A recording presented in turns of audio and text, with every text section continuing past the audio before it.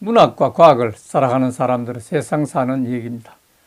오늘 24시간 내에 전쟁 끝낸다 공언한 트럼프, 우크라이나 가자 전쟁 향방 주목하다, 이런 주제로 말씀드릴까 합니다. 2024년 11월 7일 세계일보 김기환 기자의 기사입니다.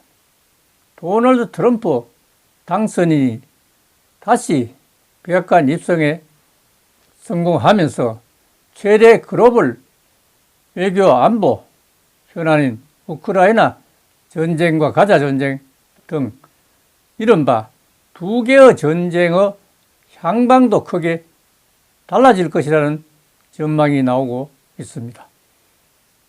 트럼프 당선인은 분명히 대선 기간 우크라이나 전쟁과 가자 전쟁 장기화를 조 바이든 행정부의 실정이라고 비판하면서 내가 대통령이 되면 해결할 수 있다고 장담해온 만큼 차별화한 정책을 펼 가능성이 크다고 하겠습니다.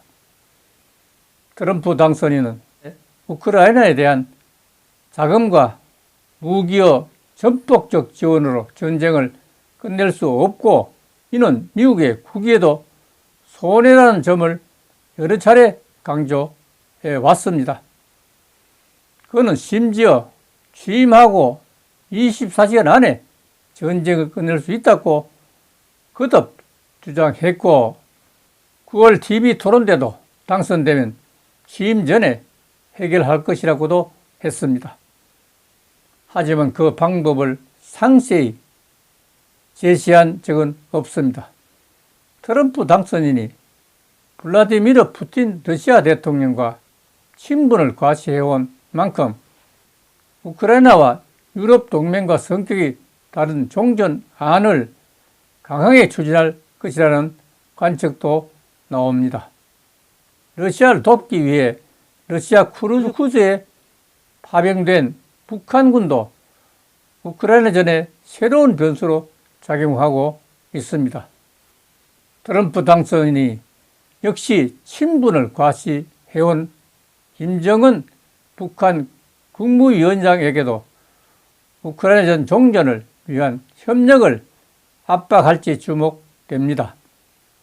그는 지난 7월 공화당 전당대회 대선 후보직 수락 연설에서는 많은 핵무기를 가지고 있는 누군가와 잘 지내는 것은 좋은 일이라면서 우리가 재집권하면 나는 김정은과 잘 지낼 것이라고 말하기도 했습니다.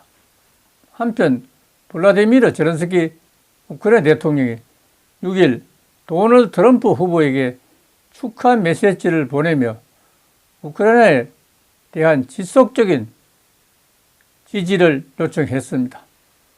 제렌스키 대통령은 트럼프 후보에게 대통령이라는 칭호를 붙이며 지난 9월 트럼프 대통령과 가진 위대한 회동을 기억한다고 하면서 그때 우리는 우크라이나 미국 전략적 파트너십 승리 계획, 우크라이나에 대한 러시아 침략 종식 방법에 대해 자세히 논의했다고 했습니다.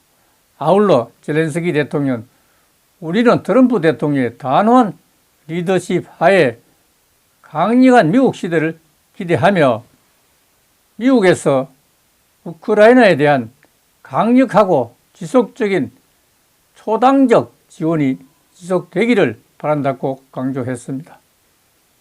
따라서 트럼프 대통령이 미국 강력한 리더십을 바탕으로 그동안 공략했던 우크라이나 가자의 전쟁이 종식되기를 기대하면서 오늘 마치겠습니다. 감사합니다.